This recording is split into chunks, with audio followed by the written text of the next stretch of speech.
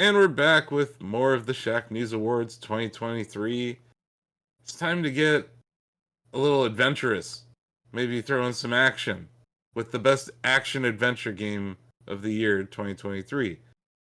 So let's get through these nominations and we'll start talking about these excellent video games. First nominee is Armored Core 6 Fires of Rubicon. Next up, Final Fantasy 16, Remnant 2, Marvel's Spider-Man 2, The Legend of Zelda Tears of the Kingdom, and Lies of P. Very, very diverse set of games here, considering what this category is on different platforms. Some of them involve robots, some of them don't. Now let's get started with Armored Core 6, TJ. I know you reviewed this game for Shacknews, and you've been singing its praises throughout the deliberations. Yeah, I love Armored Core 6. It's so good. This game came out of nowhere where From Software has been doing a great job with the Soulsborne titles, so nobody really expected that they would go back to Armored Core when the fact of the matter is the last Armored Core sucked. They could have just kept doing Soulsborne and people probably would have been happy with that. But they brought this game out. They gave us all the options. You can paint your mech however you want to, or you can use the presets. You can deck it out however you want to. You would think that this is just mostly a shooty, but they actually have some pretty good variety of weapons in this game. Like whether there's just straight up assault rifles, rapid fire. They call it dual trigger when you just equip the same gun on both hands. Rocket launchers, beam weapons. They have some of the most fun beam weapons I've seen in a mech game so far. Just as far as charging up and firing a devastating laser at somebody. There's all sorts of energy swords. There is a pile driver where you strap that onto your arm, you move in on someone and just strike them with it, and it drives a nail into them. And that hitting a kill shot with that weapon was probably one of my favorite action moments this entire year, because you get the slow mo effect of just their mech just blasting into pieces as you hit that shot, and it's just I From Software is so good at capturing a feel, regardless of what they go for, and the sheer exhilaration of movement in this game, the slow mo dramatic shots of this game, the giant robot bosses that you have to figure out how to bring down, that are really hard, and at the same time really satisfying when you finally defeat them. This was something that Armored Core fans have been begging for years, and it delivered on just about every front. So I have one question about this game. Wouldn't it have been better if it was just a Metal Wolf Chaos game? Hmm. Can That's you a, that's a imagine? that's a crossover we need in the DLC at some point. Right? Like, if the President of the United States could pilot one of these mechs, man, Yeah. what could From Software do with that IP and this? Yeah, I had to throw it out there because it is one of the most random From games ever. And you mentioned everyone knows From Software as the Souls studio, but they have made some very different games in the past. And seeing this franchise come back and be great it was one of those more surprising things that happened this year. I remember when it was announced, we were all like, "Oh, that's neat," and yeah, they executed it very well. It's I think it's cool. I've heard you and Ozzy talk about it, but just experimenting with different builds on different levels and achieving different levels of success. I just think it's cool. It's more than just a hack and slash kind of game. Like there's a lot of strategy involved. Yeah, and by putting those walls up against you where one build might not work, it actually pushes you to explore different gameplay options. Like a light fast mech with one weapon and a sword on it is so much different to pilot than a tank tread mech with bristling rocket launchers and missile pods. Mm-hmm. It becomes an entirely different experience in so many different ways, because another thing that tank tread mech can't do is boost around and be mobile. And so you have to operate an entirely different way with it. And I kind of love that it makes you do that. Hmm. It's part of the reason some people might hit a wall against certain bosses because they're so set in their ways on that one mech type, and it's like, no, you got to do a completely different build in order to get Mhm. around some of the boss's strengths. And also TJ, can Absolutely. you talk a little, because I remember this series kind of like going dark for a while. Like they had a lot of like missteps, and this is kind of like a return to like what the original kind of was, or something like that. Like I remember this is a big deal for the franchise. Armored Core 5 sucked. Armored Core 4 was like middling, but like not amazing. The last really, really good one was Armored Core 3, and that's more than a decade ago at this point. And to see it come back, to see all the things that people loved about it come back, for them to eliminate the problems and then make just a freaking awesome campaign. This was everything that Armored Core fans could have asked for and more. So just for frame of reference, Greg, it's been since the PlayStation 2 era that there's been a good Armored Core game, like a great Armored Core game. Hmm. So yeah, this is definitely a return to form for them, and it's just cool because like they're coming off of a game of the year, and then they're just like, here, have some fan service. So from is really doing very well, and their fans are eating extremely well, unless you're a Bloodborne fan. In that case, you are starving. But yeah, Armored Core 6 is a very good nomination. Unless anyone has anything else they want to chime in on, we can move on to the next one. Okay, next up, Final Fantasy 16. Who wants to chat about this? Okay. I can step up. Like, I don't want to hog all the space, but I did love playing this game this year. Mm-hmm. I uh, I love being able to mix the iconic Final Fantasy 16 summons into one like action playstyle, like Devil May Cry.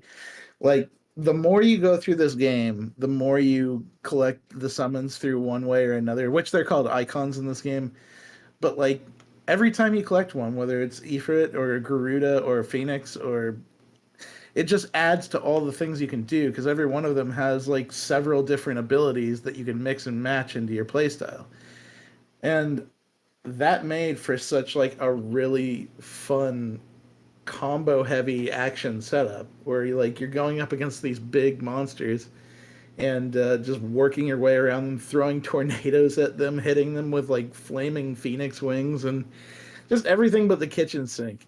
It's a weird thing to see a Final Fantasy game be so combo heavy, but Mm-hmm. I think on a lot of levels they also carried this game with a pretty good story and good characters. I love Torgal, the dog, even if his healing is like gives you 60 health on your 2000 health bar. Um, I love Jill. Her story throughout this game, like her arc of redemption, is made her one of my favorite characters of this year. And it's just a real and like the bounty hunts in this game where you chase after like unique monsters was like it was really fun to go after them, and it was really fun to see what kind of challenge awaited you every time you go out there and find one of those things. I love this game. It's really fun. I don't TJ, know if I what's up. oh sorry, I was gonna say, how did it evolve from like Final Fantasy Road Trip into 16? Because I remember the combat in that game was good, but people criticized the story. Has it improved in like 16? Like have they changed? Like how are the similarities to the systems? I mean, Final Fantasy 15 was more of a weirdly modern fantasy, whereas Final Fantasy 16 goes back to full on feudal castle high fantasy. Um, I think that plays a little bit of a part, but I also happen to think that I liked Final Fantasy 15's story and its characters. I know I'm not entirely in the majority on that necessarily, but I think going back to like a more like just straight up high fantasy setting is helpful to this. Um, Although I don't know, like that's an interesting question. Nice. Um, do we want to do our next nomination? Anyone else have anything to say about Final Fantasy 16? Is it more like FF7 remake than it is 15, TJ? Like from a gameplay standpoint? I would say that. I mean, I feel that Final Fantasy 15, Final Fantasy 7 remake, and Final Fantasy 16 all like lean deeper into this action gameplay rhetoric, Yeah. where you're far more in control of like the character that you're using, as opposed to like just putting in a command and waiting for it to happen. Mm-hmm. But you are still issuing commands in remake, whereas in Yeah. 16 you're just straight up. It's straight up DMC. Yeah, okay, so yeah, that was my vibe from it. I kind of liked what they did with Final Fantasy VII Remake. It was a good balance of both to me. So this definitely is it's a good category for this. It's just kind of wild to see like Final Fantasy is an action adventure game now. But you know, there've been 16 of them, actually more than that. Mm-hmm. But yeah, our next nominee, Remnant 2. Bill, as the patron saint of Remnant 2 on staff, would you like to chime in about this game? I would. As I was looking over this category, best action adventure game, we all know that Remnant 2 has a lot of action. I mean, that's undeniable. But the argument that I'd like to make for it is that it literally has an adventure mode. It's called adventure mode.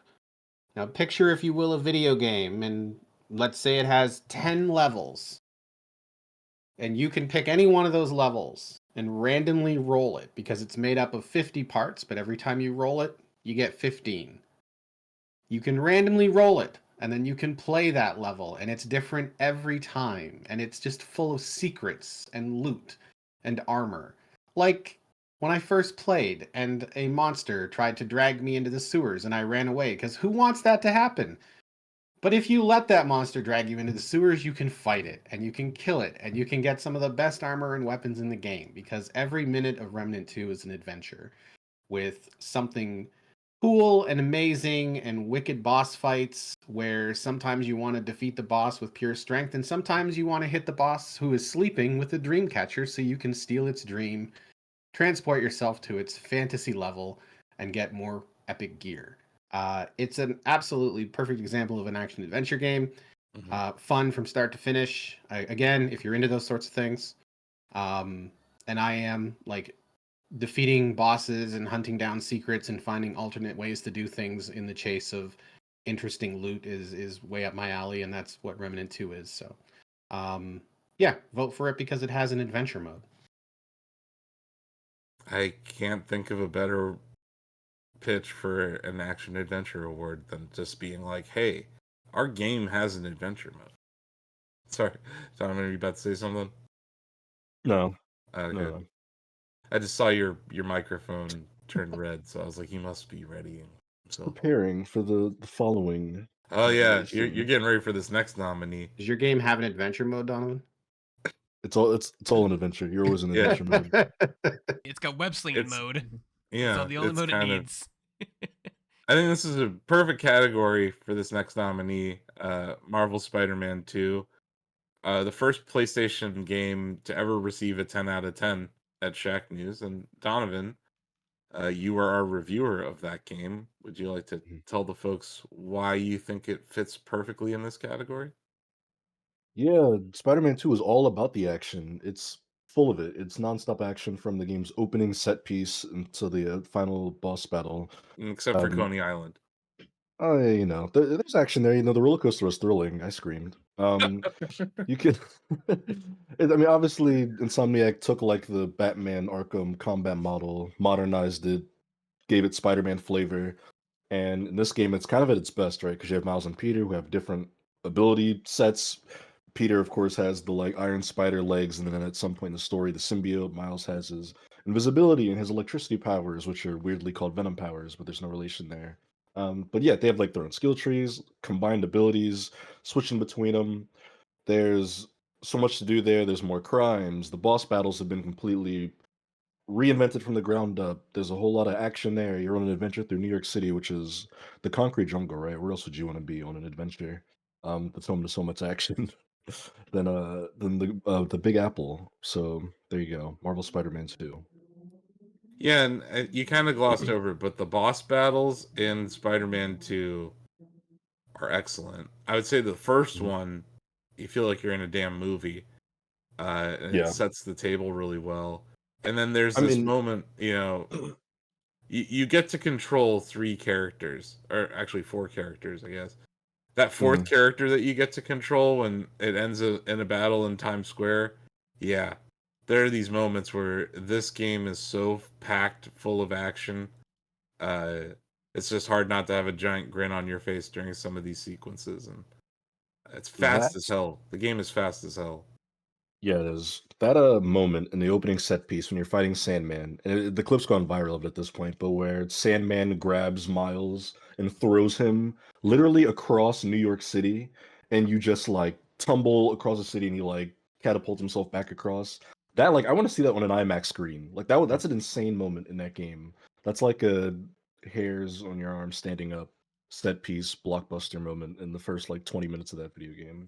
Hmm. And It's also, pretty like, cool. to even pile on what Donovan said, like, I've never seen a studio learn more from a sequel, right? Like, it wasn't just like it would have been so easy just to copy and paste everything they did from the first one, but like they said, they redesigned boss battles, they added a new momentum mechanic, right? They gave you 2 characters you could switch to in real time, and they changed the boss battles and how they work. They removed, I think they're still in there. They removed a lot of the quick time events. Like, I think there's Donovan. Are there still some in there? I didn't see any when I was going through your gameplay. Very, very few. Yeah, so Yeah, there's a they handful. listened to everything from the first game and literally just made it Hmm. better. Like, that's really But impressive. well, they iterated with the Miles Morales game that came out in 2020 also. So it's like they've had that half step where they improved. I think that game was better than the first Spider-Man. And then they took what they learned from the Miles game and they made it very good. Second like full offering. I do like how there's 3 skill trees. Donovan touched on this a little bit. Like there's Pete and Miles, but then there's also this unified one, and also like the gadget stuff that you can do where you upgrade like their gear. So both of them have those. I just like how they handled. You're one player playing this game that involves multiple characters, and being able to progress and being able to have this pool of skill points that you decide what to do with. I think is pretty.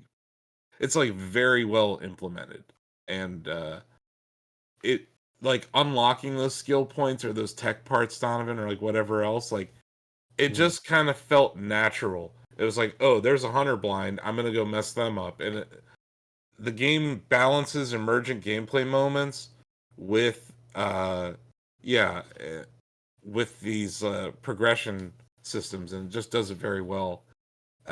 It's the most enjoyable open world that I think's been created in the Spider-Man universe. I just think it's the most impressive open world we've seen, which leads to that sense of adventure.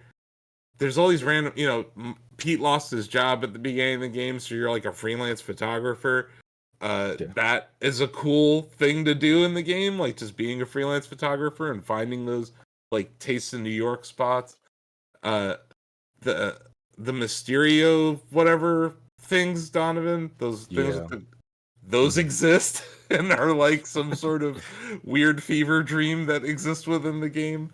So there's just a lot to do, and it's a game that after I beat it, I'm like, yeah, I don't know if I'll 100% it, but I want to go back and play more of it Yeah. because it feels good to take out a hunter blind or to capture one of those Sandman crystals or whatever. Like, there's Mhm. just a lot to do, and it doesn't feel like fetch quests. It's actually fun. You're kicking someone's butt, or you're like searching for some parts, or yeah, they kept it fresher, in my opinion, than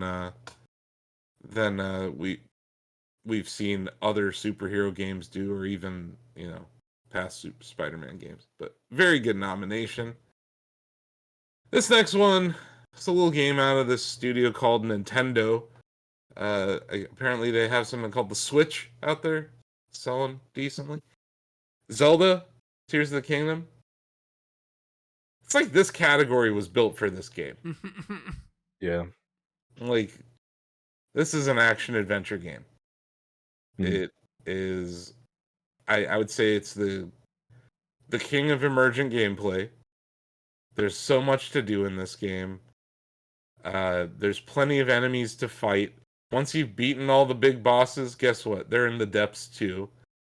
So people who want that sense of adventure, uh, this game has it in spades. The feeling of discovery down there in the depths when you find a light route, going through the shrines, the temples themselves, the boss battles. It's all excellent. We talked about this in a lot of categories, so I don't want to stay too long on this, but yeah. There are moments, some of the most iconic moments in video games this year happen in Tears of the Kingdom. Some really cool action sequences, things that Nintendo's never done before, happen in this game. And also, just real quick, like, it's the legend of sweet jumps. You get to do so many sweet jumps in this game and glide and just be like, I wonder if I can get there. The answer is maybe, almost all the time. But it's worth trying. And I love games that encourage you to take insane risks and then occasionally give you a huge payoff in the end. But yeah, I don't want to. I think we should probably get to the next nominee because we haven't really talked about this game yet. But we've talked about Tears of the Kingdom in a lot of categories because it's a very good game and it'll. I think people will always think of it when they think of the year 2023 in gaming. But yeah, unless someone else wants to chime in about how great Zelda is, I think we should move on. Next up, Lies of P. They made a Souls game in the Pinocchio universe, and it's great. I don't know how else to describe this, but Denny, I see you nodding approvingly about this. Yeah, definitely. You know, we brought up Armored Core earlier and how surprising that was at the time. But Liza P did not see coming at all, and ended up being excellent. The both the just the creature design and enemy design, and then the amount of customization you can put in this game. Uh, I was putting together some crazy combinations of weapon variety and just having a fun time. Of course, the bosses are also super challenging, but the satisfaction factor when you knock it out is definitely up there. Mm-hmm. Just like the art style and like just the overall design, I thought was actually really cool too. It's the closest vibe I've had to a Bloodborne experience in that way. Yeah. With kind of like just the mixture of those kind of things going on. But yeah, I was highly impressed when I had no real expectations at first. And they released a demo for a while for people to play and stuff like that. And I gave it a whirl before the game release, and I was, whoa, I'm gonna check this out some more. And I did, and it just kept getting better and better. And the story is actually pretty interesting too. You know, again, the Pinocchio universe is something I did not see coming at all there for this type of title, but it's really interesting. I feel like I love like, when companies take these risks and they work though, because that sounds like just a randomly generated IP, like some AI popped it out, but it worked, and that's always cool. Sorry, Greg. It's gorgeous too, and I also like the fact that like when they did have the demo, they did take the feedback from the demo itself and tweak up the game afterwards and made it better before That's a release.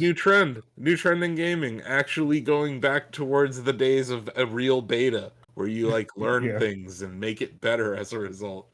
Hope more studios do that for sure. Sorry, Greg, you were about to say something. yeah, I was gonna say that I think like the story is actually really interesting too. I'm not a big Souls like guy. I've never really cared for any of the games, but this one, like, I felt like I immediately understood the world I was in, why I was there, and what's happening without having to, explore for a dozen hours or so or read walls of text. I was in a section of a city that had been taken over by constructs because they found a resource that they were putting in constructs. It goes bad, and now you're like the one exception. It was kind of just a really cool, simplistic story that made sense, and also I love the 18th century vibe as well. Bloodborne had that same aesthetic, and I've heard that before compared to Bloodborne, but this world just felt more clear and concise in terms of what was going on and where I was and why I was doing stuff than any other games that I've watched and played. I think that's definitely a point to its credit. Nice. Yeah, so we had two people pop in, David and Sam. Just to give you guys a heads up, we are deliberating for best action adventure game right now. Awesome. So far, and- I have the leading argument. Yeah, David. Bill put forward a very passionate case for Remnant 2. He also mentioned that it has an adventure mode, literally, making it a very good nominee for this category. But I would point out that there's a Zelda game called The Adventure of Link, so adventure's in the quite an title. adventure. If I had to take Yeah, the it is. highlights of the arguments here, Donovan said something along the lines of Spider-Man and IMAX would be awesome, and I don't really disagree with that. Pinocchio Soulsborne, kind of self-explanatory. Some people said some stuff about Final Fantasy. I don't know. The Spider-Man 4D ride at Universal Studios is called The Amazing Adventures of Spider-Man. So that's mine. So there's adventures. Wait, I'm Yeah, tying right the there. word adventure to Spider-Man. You worked hard for that, and I appreciate it. That's a deep pull by Donovan. He had to go three Google pages deep to find that. Hey, it's a fun ride. I've been on that ride. Hell, the game's a fun ride. Like, except for the Coney Island part. Holy crap. Just That mission's full of rides. That's all you do. I know. I'm just it's like that's my only complaint. I have a few complaints, but the pacing at times in that game gets frustrating because, like, I love being Spider-Man, I love whooping ass, I love fighting crime, and then it's like, let's all go to Coney Island. I'm like, oh, okay, and then let's all play that same basketball mini game twice. It's like, no, never again. But yeah, sorry, I digress. But yeah, we are about to vote here, so I think we should probably just vote. Ozzy had to run out. He's doing an interview right now. But he did give me his vote. He's voting for The Legend of Zelda: Tears of the Kingdom. So I'll start with Steve. Tears of the Kingdom. Sam. Can we just circle back to me in just a minute? I just want to. Sure. I'm interested to hear how TJ votes for this. Sure. Okay. Bill. I know how TJ is going to vote for this, but I'm going to vote because my argument really convinced me that I was onto something.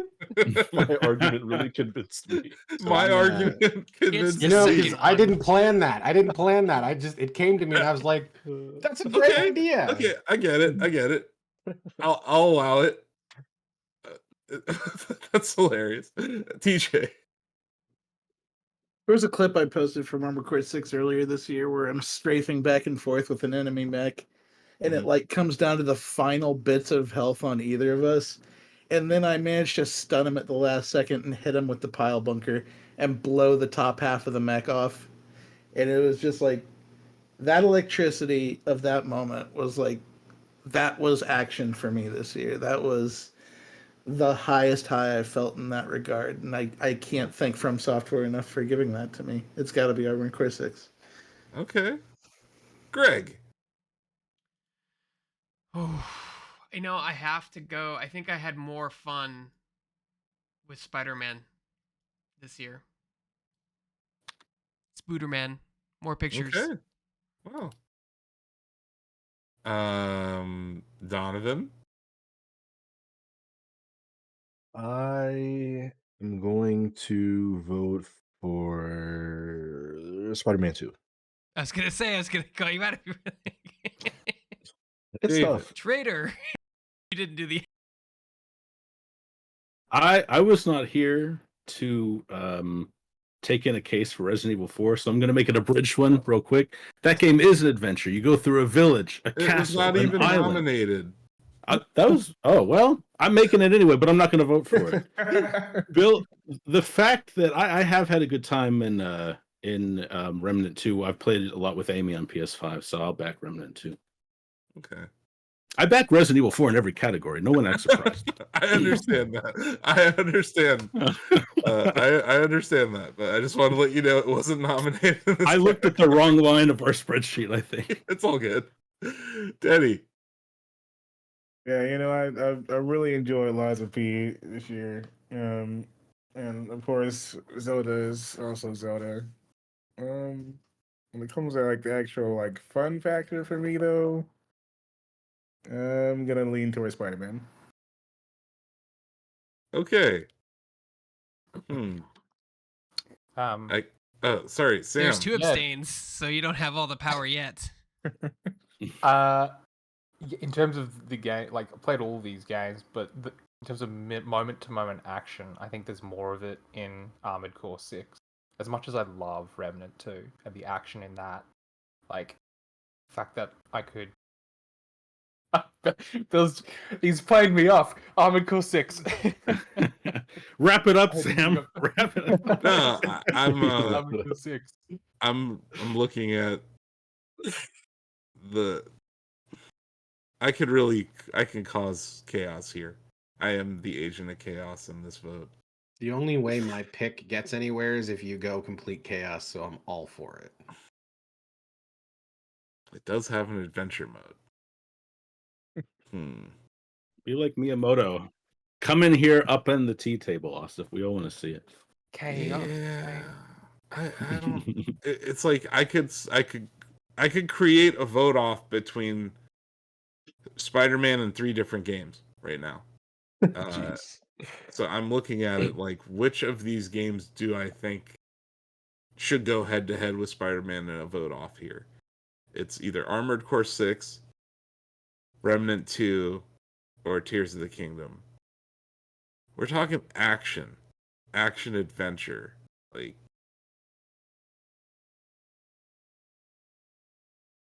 Armored Core You're is a talking pretty... high octane. You're talking explosions. You're talking enemies and overwhelming might. Feeling like an 80s action hero. Oh, that's Maybe Resident Evil 80s, 4. I don't You know. just described it. Put it in. You just I'm described changing my Resident vote. Evil 4. Oh, I thought I was describing Armored Core 6. Oh. Oh. David? You know what? I'm going to vote for Remnant 2. So we have a vote off here between Spider-Man and Remnant 2. Let's just all pick between one and the other. So I'm going to start with Denny. Spider-Man or Remnant 2? In that case, I mean, Remnant is a good game that I also enjoyed with some friends, but I'm gonna go with Spidey still. Yep. David? I enjoyed the story of Spider-Man more than actually playing it, so I'm going to stick with Remnant. Okay. Donovan, you're sticking with Spider-Man? I am, yes. Okay. Greg? Spider-Man. You're sticking with Spider-Man? PJ? Remnant 2 has an adventure mode, so Remnant 2. Bill, I'm assuming you're staying with your Remnant vote? I remain convinced. By Sam. myself. It's got to be Remnant 2. Gunfire Games knocked it out of the park. Small studio, they deserve accolades. Steve? Spider-Man. Oh God, I'm the decider. Again? Oh man. This has been one of our most chaotic votes. It truly That is. is. And I was already the agent of chaos once, so now Wait, what I did Ozzy started vote? this with a Remnant 2 vote, so I'm going to end this with a Remnant 2 vote. I'm voting for Remnant 2. But what did Ozzy vote? Tears of the Kingdom. Oh, okay. Well, there you go. Okay. Wait. So No. Yeah, no. I accounted for Ozzy's vote. It's all good. There wasn't a Okay. three-way vote. I was Sorry, trying to- I just wanted to make sure that I got it right. Yeah. Yeah. Ozzy's vote was counted. Tears of the Kingdom only had... It didn't win. So it is down between Spider-Man and Remnant 2. I have to stick with my vote. I'm voting for Remnant 2. It has an adventure mode. Does. It's a game Yeah, that may not get a RPG. whole lot of love this year, you know, and I think that this category tends to be to showcase some of the games that may not have showed up in top 10s or in other best of categories. So congratulations to that scrappy team at Gunfire Games. Remnant 2 is our Shacknews Awards winner for the best action adventure game of the year 2023.